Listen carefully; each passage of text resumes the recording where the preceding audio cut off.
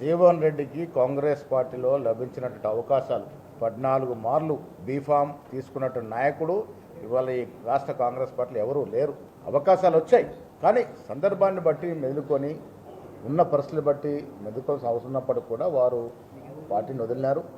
ఆయన ఏ విమర్శ చేసినా కాంగ్రెస్ నాయకత్వం కానీ రాష్ట్రంలోని ప్రజలు కానీ దాన్ని విశ్వసించే పరిస్థితి లేరు. జీవన్ రెడ్డికి పార్టీ ఇవ్వాల్సినంత ఇచ్చింది, వారు కూడా పార్టీకి సేవ చేశారు.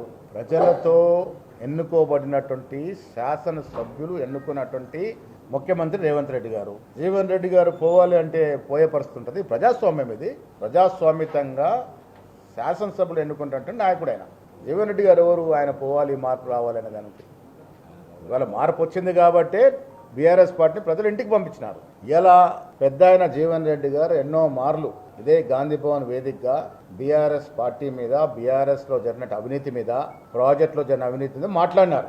ఇవాళ కాంగ్రెస్ పార్టీని విమర్శించే ముందు గౌరవనీయులు జీవన్ రెడ్డి గారు గతంలో వారు బీఆర్ఎస్ పార్టీ మీద చేసిన విమర్శలకి సమాధానం ఇస్తే బాగుంటుంది.